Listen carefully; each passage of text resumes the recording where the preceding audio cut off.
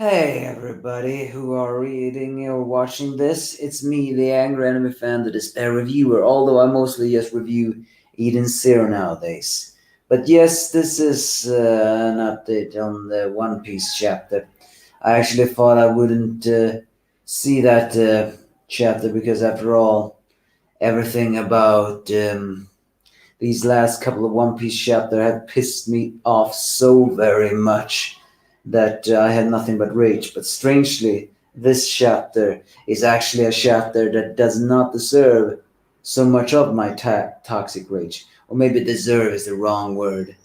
It's a chapter that I do not have to become too toxic, rageful about. So, what happens in this One Piece chapter 1015? 1015 to see. First off, a disgusting cover page. A stork carrying Senor Pink, basically mistaking him like a baby. I get the joke. And either way, the chapter starts pretty badly, though. And when I mean badly, I mean basically completely badly. Because it's kind of embarrassing to see this. It is both satisfying and also not satisfying to see Chopper actually be overwhelmed. What I mean by that is, I have never made it a secret that Chopper is my least favorite Straw Hat. Everything about him I do not like. Yes, I'm a sucker for adorable creatures, but I'm only a sucker for adorable female creatures. And besides, everything about Chopper and his voice and his first nouns pronounce is just so wrong. So when he fought Queen, I raged completely. I did not like that, I did not think like that, and I absolutely did not want that. Although last chapter implied that no matter everything else, it's clear that Chopper was out of his league. And here's another reason, though, why I actually do not like Chopper in this chapter. He cries because he genuinely believed Luffy was out of the game. Are you even a straw hat, Chopper? You should have unwavering faith in your captain, even when he looks like he's dead. And yet you do not have that? It's so embarrassing to see Chopper like that. I know he has been the most sensitive one, but please. Also, Queen is biting him down. And as we all see, everyone begins to believe that. I mean, I will not slander them for actually believing that. In this war of it all, it's very easy to destroy morale. That's things that we have to see in real life as well. What is most strange, though, is that that gorilla smile user, the one that manifests the gorilla through his fist. I don't know his name, and I frankly do not care. Brachley or something like that. Granted, this is not the real translation, and I'm not going to do a chapter of the real translation when it comes out, but there seems to be some implications that the dango that had been fed to everyone has actually worn off, because he says something like, I feel as good as new after eating the dango speed gave me. And that's well taunt everyone by saying that Kaido is that overwhelming. I mean, granted, Tama was slapped across the face by Ulti and was unconscious. And there's a typical trend in devil fruit users that when they are unconscious, their effect fails.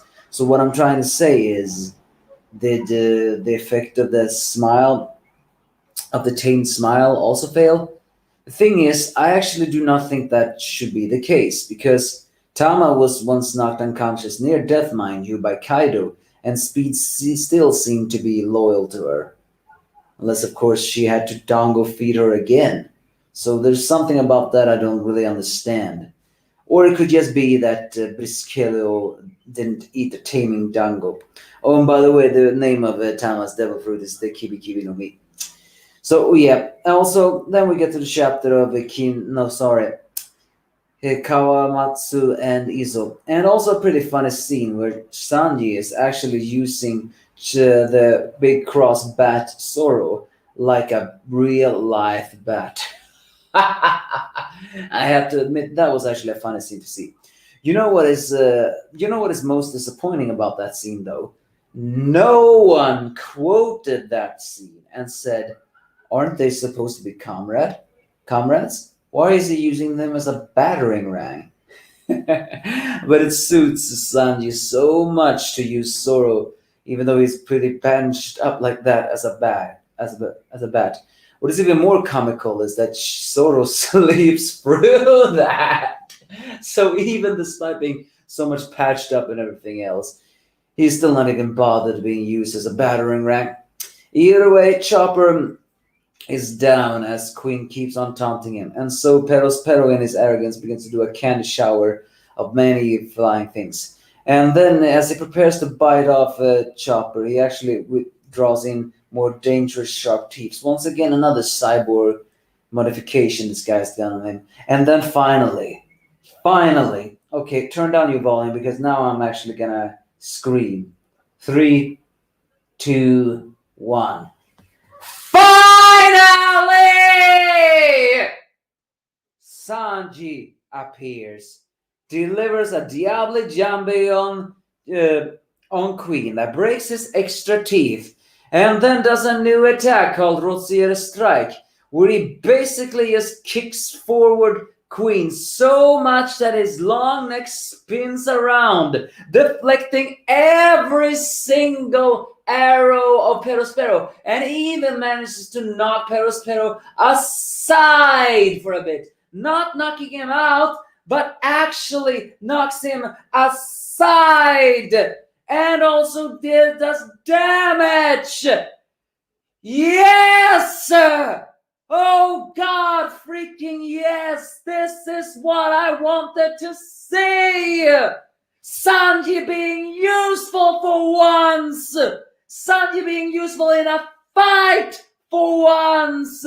I know this is just a troll moment and Uda's just gonna disrespect him and everything else, but this is what I wanted to see! This is what I have been demanding to see! And we finally got it. I am happy. Not satisfied, but I'm happy that we at least got that. And again, I strongly believe that Uda is gonna disrespect Sanji still. But everyone has theorized, and then finally on their knees begging that Uda was going to make Queen and Sanji fight. And now it finally seems to be the case. It took freaking forever for that to happen. And then as Chopper begins to cry of it all, it's Sanji who is actually telling that crybaby to stop being a wuss. I mean, he doesn't say that. He says to him to be not cry and calls him an idiot because, again, they've seen it countless amounts of times. All those miracles of Luffy always getting back up. So yes, thank you, Sanji. Thank you for saying that to that guy. He then hands over the casket of Zoro, saying that if he recovers, it'll be worth 10 men. Of course, Zoro awakens and says 2,000. And so it's Queen versus Sanji, who recognizes him as Judge's brat. And Marco is impressed by all that, seeing that someone is not giving up, even though the morale was very showing. That just shows why Zoro and Sanji are true believers in Luffy. They do never doubt that it will come back. Then we're switching to the scene of the defeated samurai of Kiko and Kanjuro. They still look pretty dead, but Kinemon is not dead yet. He took that head attack forward, and his sword was breaking. But despite all of that, he still pierces the leg of Kaido. He even remembers the time when he begins to practice of being called father by Momonosuke. He, in his even in this being heavily injured and knowing he's gonna die, he never ever gives up. However, Kaido did not praise him for that. Takes Kiko's blade and then stabs him in the abdomen, all the while saying that he should just accept his death gracefully. Something like, embrace your honorable death like a true samurai. And is this finally supposed to confirm to us that Kinemon is dead? Is the scene about Kiko and Kanjuro also supposed to confirm that he's dead? Is that the tragedy of Act 3? Please, Uda, make up your mind already.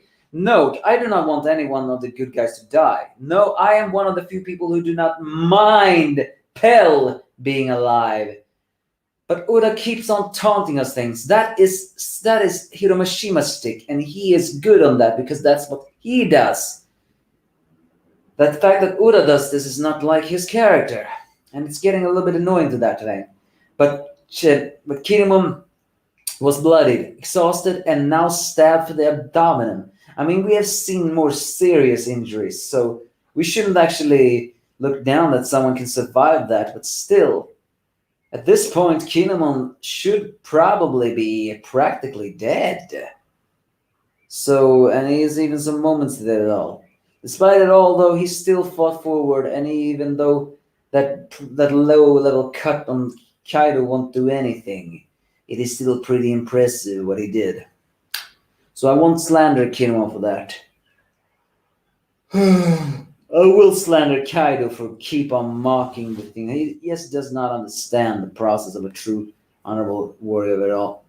And then finally Momonosuke shows useful as he grabs the raw things and begins to tell everybody. As it turns out that the voice Momo heard last time was actually Luffy. Luffy is talking to Momo through the voice of all things, even though he's unconscious of the sea. And even though Luffy is sinking in the sea, he is still saying, I will definitely be Kaido. Do you understand what that means? It means that even though Luffy was unconscious, even though he fell into the sea, he never gave up on the fight. He didn't lose that fight because he never gave up. No, Luffy is still fighting. Yes, he's sinking like a rock, but he is not giving up. He has not accepted defeat, and also he is going to be saved by some pretty unexpected things. It is Momo who's telling everybody that he is alive and saying that they have to keep fighting. As we see the different positions, even some things about Raiso's fight, it is shown that he's telling them all, and even Jinbei smiling, he's telling everybody to not give up, and Luffy is going to win. It renews the morale in everybody, as well as pissing off the Beast Pirates much. But that is useful. Good, Kibomo. Finally, you're showing some usefulness of it all. And as I said before, even though Luffy is supposed to be unconscious and fall into the sea, he's actually being saved by the Heart Pirates. But then, as they reach a dead end, Momonosuke and Shinobu uses a jutsu to seemingly fall down from the cliff of Onagashima. Granted, they're down on the land, and Shinobu is a useless ninja, so she may actually be gliding to safety. Although Kaido is still a dragon, so he could follow them anyway. But yeah, it is that underwater sub, the one that was washed away when Onagashima raced and the Heart Pirates were being useless. They are the ones who actually sees Luffy sinking to the ocean. I can even hear him. He's even calling out to them. In fact, it appears to be glowing, although it could just be the searchlights of the Polar Tang submarine. And they're going there. They're going to save him. So yes, it was in the end the submarine of the Heart Pirates that did that. I guess I give Oda praise. Them being not in the fight, them being useless, the fact that they washed away that was still something he had planned. Because they are going to save Luffy from drowning. Now's the biggest problem, though, how Luffy's gonna get on top of the thing. But I guess one thing at a time, right? One thing at a time. And so the chapter ends with Yamamoto. No, wait. Before that actually ends, though, something very unexpected happens, and that is the fact that as we switches to Usopp and Nami's group, who's actually gonna run to the stage area for some unexplained reason, suddenly Nami's Climatex is talking, and it appears to actually be Zeus. Okay, I'm actually a little bit confused. Zeus was supposedly destroyed, and his soul was absorbed back into Big Mom. Are you implying a small portion of the soul actually found its way to Nami's Climatex, or has Big Mom unintentionally soulized the Climatex? No, it seems to imply that Zeus actually the remains part of Zeus's soul somehow got inside the Climatex. So now Nami's weapon is actually alive. Huh.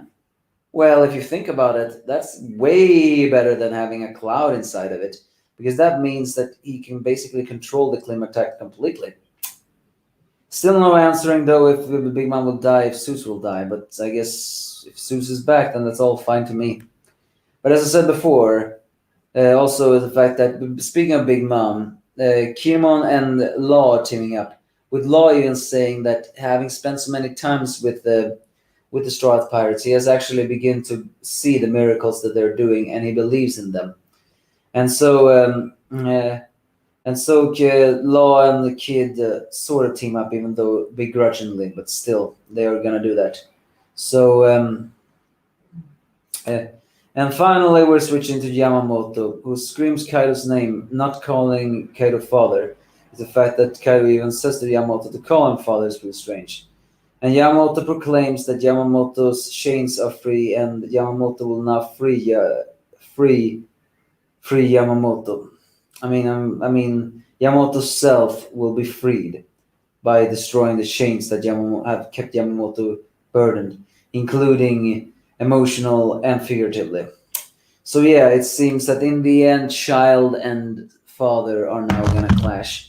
Do not like that, but if that keeps Kaido busy, then fine. I do not like Yamamoto a bit, but if Yamamoto is one character who also dies, that's fine with me, because that means more tragedy of it all, and that should be the final people to die. So yeah, that's basically the chapter. As I said before, unlike many times before, this one actually feels pretty good, because finally there has been some good news happening and all. And I am actually kind of pleased by that. Still, though, it's not explanation that what's happened now. But if Luffy is being saved, then that is all fine with me, because he needs to be saved by the thing of it all. So yeah, Sanji versus Queen may finally happen. Zoro's gonna be treated by Chopper. Yamamoto and Kaido are gonna clash, and there's no break next week. So whatever happens, I'm not excited. But at least I'm glad to know that this chapter wasn't a complete waste of time. You can give me your thoughts if you have any.